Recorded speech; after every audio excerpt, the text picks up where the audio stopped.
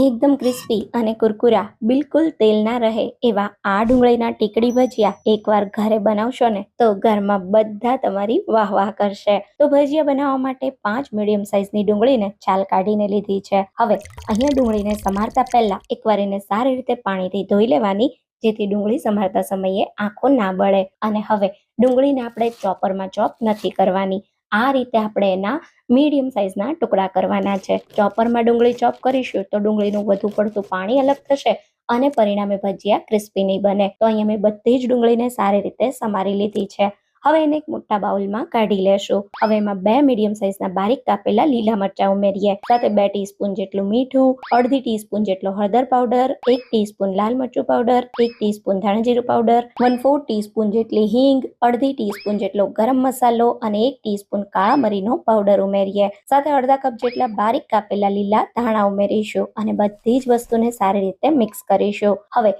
અહીંયા આપણે ખીરું પાણી ઉમેર્યા વગર બનાવવાનું છે. તો ડુંગળીનું જે પાણી અલગ થયું હોય એમાં સમાય એટલો જ આપણે લોટ ઉમેરવાનો છે.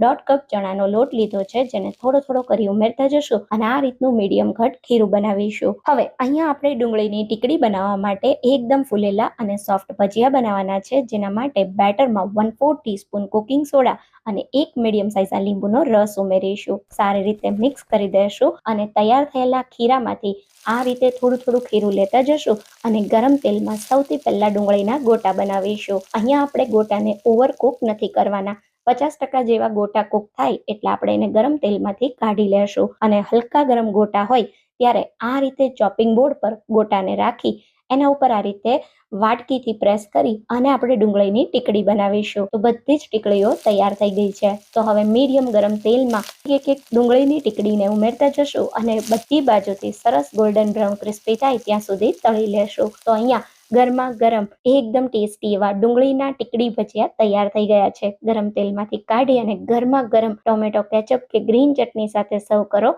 આ ક્રિસ્પી ભજીયા ખાવાની તો બધાને મજા આવશે. એકવાર જરૂરથી ટ્રાય કરજો.